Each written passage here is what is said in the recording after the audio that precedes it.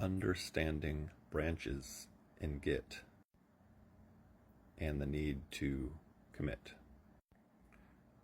I am learning Git. Don't make this mistake like I made. I was able to get Git working, and I've been using Git. I was creating new branches, and I was naming each branch like main v1, main v2, main v3. I was wanting to sort of treat them as checkpoints. This may not be a best practice, but regardless, it's what I wanted to do.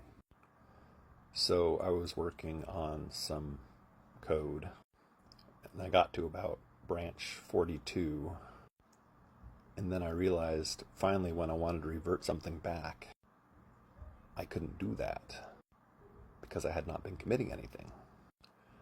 Regardless, I was able to just delete 2 Java files, and I sort of had a backup of another one saved.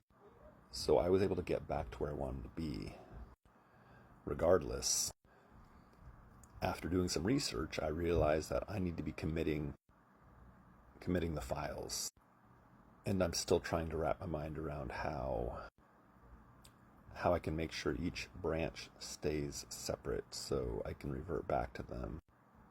And yeah, this may not be a best practice, but it's the way I want to run things in my project. So this is me learning Git, and this is my progress so far. I made a previous video about pull requests and understanding the context of that.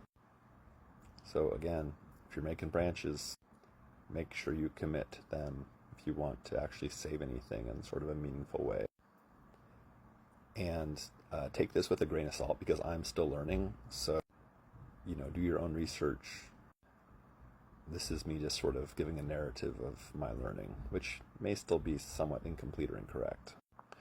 Feel free to @ me on Twitter X @ IMichael10 if you have any constructive feedback or suggestions or so on and so forth. So I'll leave it there. Limitless peace.